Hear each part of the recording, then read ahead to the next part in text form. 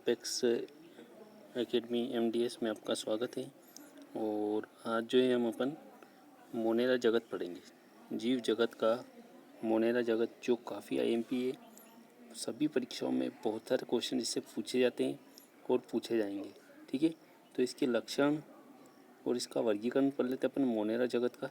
ठीक है, बिना देरी किए आपने चैनल को सब्सक्राइब नहीं किया तो सबसे पहले चैनल को सब्सक्राइब करें। ठीक है, और लाइक करें, ज़्यादा से ज़्यादा अपने दोस्तों के साथ शेयर करें। ठीक है, तो स्टार्ट करते अपन बिना देरी किए।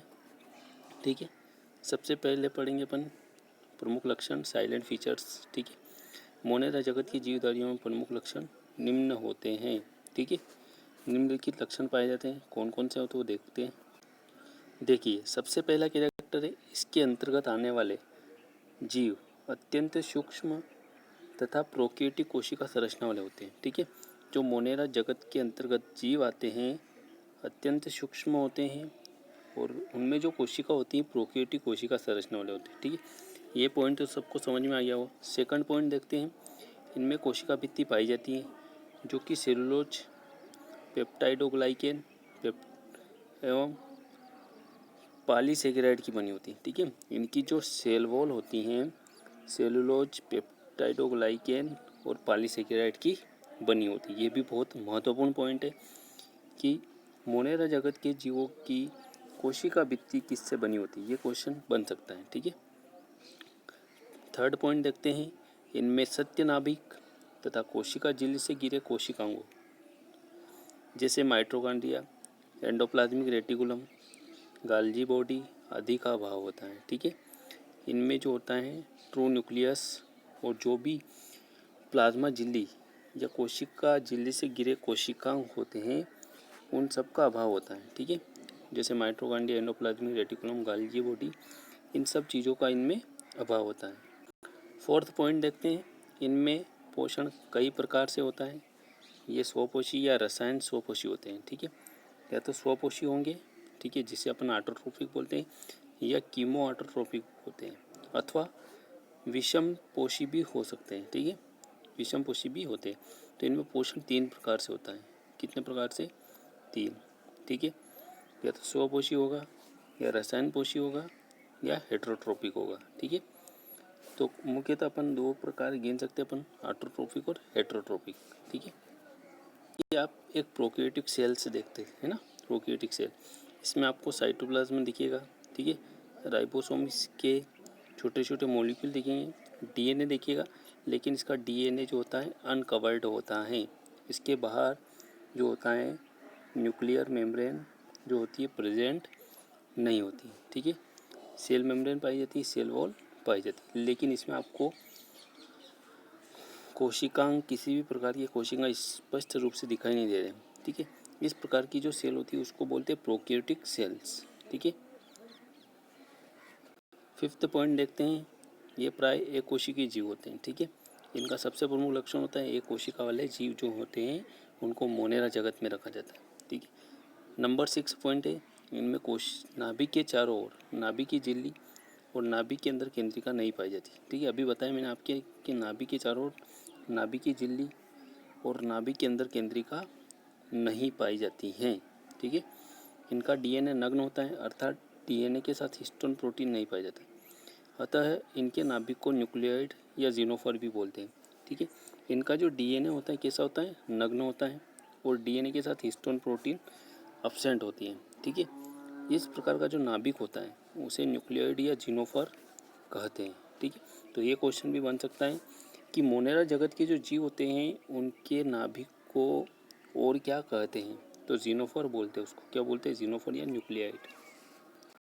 8 पॉइंट देखिए, इनका प्रजनन प्राय द्विभाजन, बाइनरी फिजन या कलिकायन विधि द्वारा होता है। ठीक है, इनमें प्रजनन या तो बाइनरी फिजन द्वारा होगा या कलिकायन द्वारा इनमें प्रजनन होता है। ठीक है, इनके तंतु जैसे सीलिया और कक्षाभिका में सूक्ष्म नलिकाएं 9+2 विन्यास प्रदर्शित नहीं करती हैं। ठीक है, क्योंकि इनकी जो सेल्स होती है बहुत ही प्रिमिटिव होती है, जिसके कारण इनमें 9+2 विन्यास एब्सेंट होता है। किसमें? सीलिया और फ्लैजिला में। ठीक है, लास्ट पॉइंट है 10। कुछ मोनेरानों में नाइट्रोजन स्थिरीकरण की क्षमता पाई जाती है। ठीक है, कुछ मोनेरन्स जो होते हैं जिनमें नाइट्रोजन स्थिरीकरण की क्षमता होती है, जैसे राइजोबियम, नीली हरी शैवाल, ये क्या करते हैं, ये नाइट्रोजन फिक्सेशन का कार्य भी करते हैं। N2 को फिक्स करने का कार्य भी मोनेरन्स करते हैं। ठीक है, अब देखते हैं अपन मोनेरा जगत का वर्गीकरण, क्लासिफिकेशन ऑफ किंगडम मोनेरा। ठीक है, मोनेरा जगत के वर्गीकरण में देखते हैं क्या क्या आता है। सामान्य रूप से मोनेरा जगत को 3 समूहों में वर्गीकृत किया जाता है। ठीक है, जो मोनेरा जगत के जीव हैं उनको 3 समूह में वर्गीकृत किया गया है। सबसे पहला आता है आपका बैक्टीरिया, या जिसको अपन बोलते हैं जीवाणु। ठीक है, इसमें सामान्य एक कोशिकीय जीवाणु आते हैं। ठीक है, यहाँ पर जीवाणु आएगा, जीवाणु होते हैं, इनका कोई सर्वमान्य वर्गीकरण उपलब्ध नहीं, फिर भी इन जीवों को निम्नलिखित वर्गों में बांटा जाता है। ठीक है, जो जीवाणु होते हैं उनका कोई सर्वमान्य वर्गीकरण नहीं, फिर भी इनको कुछ वर्गों में बांटते हैं। ठीक है, कौन कौन से वो वर्ग हैं। सबसे पहला जो वर्ग आता है आपका वर्ग माइकोप्लाज्मेटा। ठीक है, ये सूक्ष्म परजीवी अनिश्चित आकार के होते हैं। ठीक है, माइकोप्लाज्मेटा में जो जीव होते हैं सूक्ष्म होते हैं, परजीवी होते हैं और आकार अनिश्चित होता है। अनिश्चित आकार के कारण सूक्ष्म वैज्ञानिक इन्हें पैक में बंद जोकर, ठीक है, जो पैक होता है उसमें बंद joker in the microbiological pack भी कहते हैं। इनमें गति की क्षमता नहीं पाई जाती है। ठीक है, जो माइकोप्लाज्मेटा होता है उसमें जो सूक्ष्म जीव होते हैं उनका आकार अनिश्चित होता है। ठीक है, और इनमें गति की क्षमता भी नहीं पाई जाती, जिसके कारण इनको पैक में बंद जोकर कहते हैं, सूक्ष्म जीव वैज्ञानिक जो होते हैं वो। ठीक है, सेकंड जो वर्ग आता है आपका रिकेट्सी। ठीक है, इस वर्ग के अंतर्गत बड़े आकार के विषाणु के समान आवश्यक परजीवियों को रखा गया है। ठीक है, इसमें क्या होता है, बड़े आकार के विषाणु के समान जो होते हैं उन परजीवियों को रखा जाएगा, किसमें, रिकेट्सी में।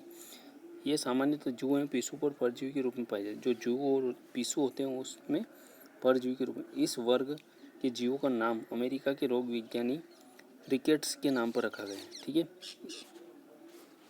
रिकेट्सी हैं उसका नाम किसके, रिकेट्स के नाम पर रखा गया है। ठीक है, इनकी मृत्यु, जो रिकेट्स थे उनकी मृत्यु कैसे हुई, टाइफस रोग का अध्ययन करते समय परजीवी के कारण हो गई थी। ठीक है, इनकी मृत्यु का जब अपन ये टाइफस का अध्ययन कर रहे थे, ठीक है, तो इस परजीवी के कारण रिकेट्स की मृत्यु हो गई थी। ठीक है, थर्ड जो है वर्ग तीसरा है क्लेमिडी। इसके अंतर्गत तंतुवत लोह जीवाणु को रखा गया, जैसे क्लेमिडिया। ठीक है, क्लेमिडी में तंतुवत लोह जीवाणु को रखते हैं, उदाहरण है आपका क्लेमिडिया। ठीक है, फोर्थ नंबर पे वर्ग आपका यू बैक्टीरिया। ठीक है, इस वर्ग में विकसित जीवाणु को रखा जाए, जैसे इस्चेरिचिया। ठीक है, यू बैक्टीरिया में जो विकसित वर्ग के जीवाणु होते हैं उनको रखा जाता है, और उसका उदाहरण है इस्चेरिचिया। पांचवा वर्ग देखते अपन, वर्ग 5 स्पाइरोकिट्स।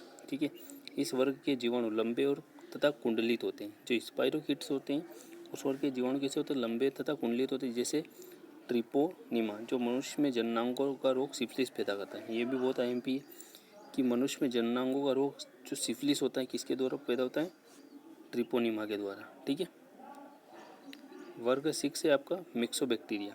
ठीक है, ये शलाका के समान लचीली कोशिका भित्ति वाले जीवाणु हैं। ठीक है, मिक्सोबैक्टीरिया कैसे, शलाका के समान लचीली कोशिका भित्ति वाले जीव, फिसलन गति के कारण इन्हें स्लाइम मोल्ड्स भी कहते हैं, जिससे मिक्सोकॉकस। जो मिक्सोबैक्टीरिया होते हैं उसका उदाहरण है मिक्सोकोकस। ठीक है, इसमें आपके 2 वर्ग और बचते हैं।